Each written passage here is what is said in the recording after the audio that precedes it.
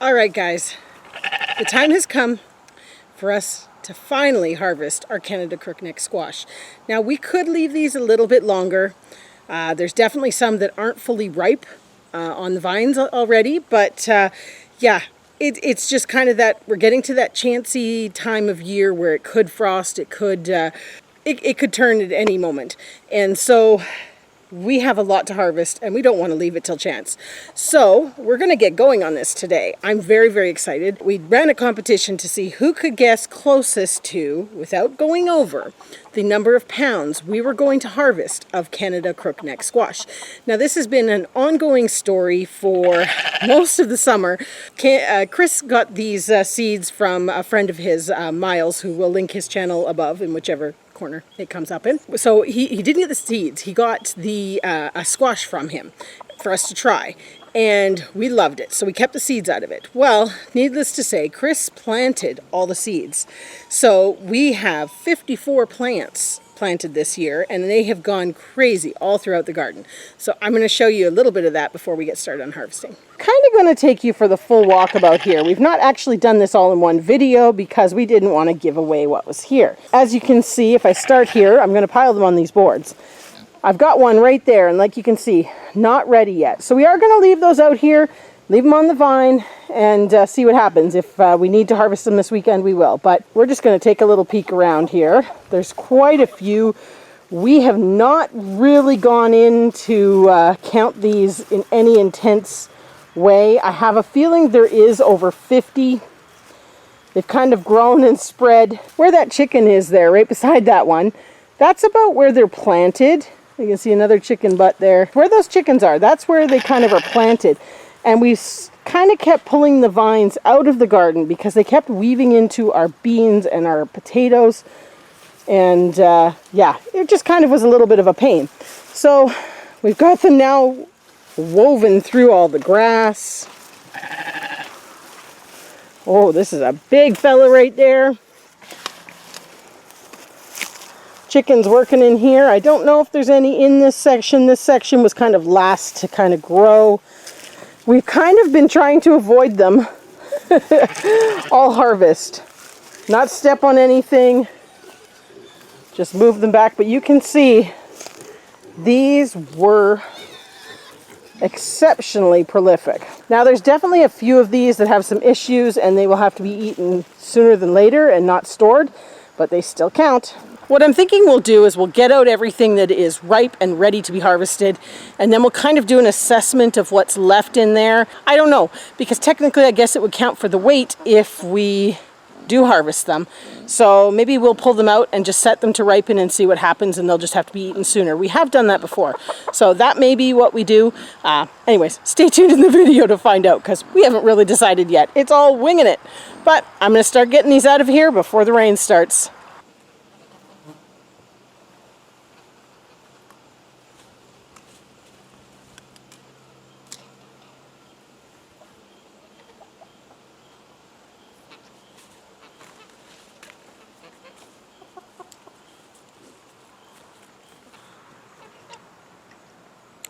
Now that is a beauty right there.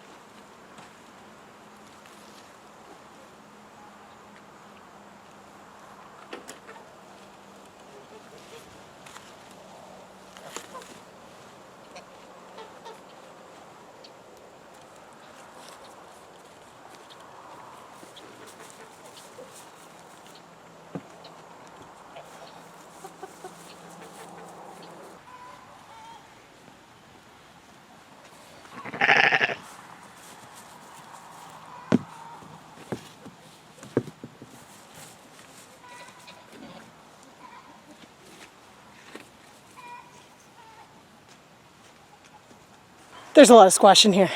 A lot. I think we can safely say Chris overplanted. Big time. Let's show you where we're at so far. So far, I've harvested this little section here. There was probably about 4 or 5 that were less similar to this one, that green. I probably will take the one behind there yet. I haven't gotten that one yet. But this is where we're at so far. So far, we are at 28. And as I said, that might be half, although I do think there's some areas that may have been a little bit more productive over there. So we're going to keep going. It's October 14th and I'm sweating. It's so hot. It seems weird to be harvesting these right now, but we know it's going to turn. I think we even have a chance of frost on Monday. So we're going to keep going.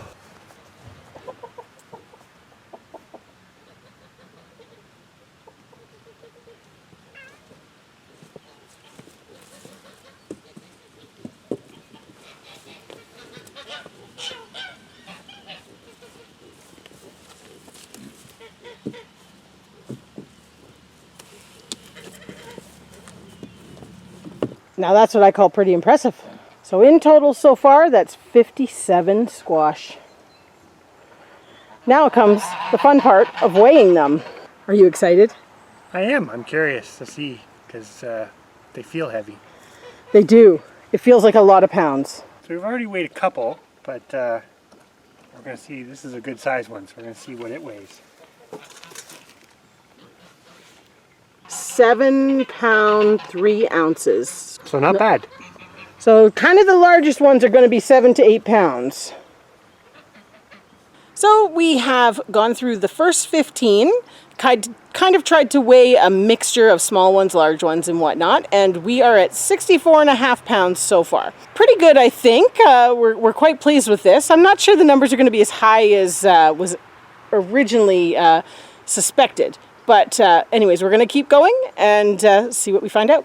All right, so we are done for the day on this squash count. We've weighed and sorted what we've already pulled out of the garden. But as you can see here, there are still quite a few good-sized ones that aren't quite ripe. We are going to pull these guys out, but we want to try and give them enough time to maybe ripen up a little bit more. As you can see, some of them are quite close. So we are partway there, and super excited about what we've gotten so far. Definitely lower numbers than what we had thought. We're learning that potentially, I shouldn't say we, Chris is potentially learning that more plants is not always a better thing, aren't you, my dear? Well, I guess the take-home lesson is space is always better. Everything does better with space. Yes. Whether it's a plant or an animal. These were way too crowded. Still very, very pleased, but learning curve for next year. So still going to grow 54 plants, but what are you going to do, Chris? Space them out more. Anyways, we'll come back on Sunday with the final of this video with everything else out of the garden. All right, so we are Monday morning of the big count. Now, as stated earlier in the video, we did have a few squash that we've left in the garden that were not quite ripe enough to pick, and the vines are still looking good. So I'm going to just take you quickly to show you. They really haven't finished ripening. They're a little riper, but not ready to pick yet. So we have a plan. So what I'm thinking we're going to do is we're just going to weigh these in their spot. Anything that's started to go pink or that orangey color, I am going to weigh. Can see there's one in here as well, but I am going to leave them on the vine because the vines are still very healthy and it doesn't make sense to pick them before I absolutely have to. So that's our plan. I'm going to weigh them. They're still going to count, but we're going to leave them in the garden because we actually lost last night was our chance of frost, didn't frost. So I think we're fine to leave them.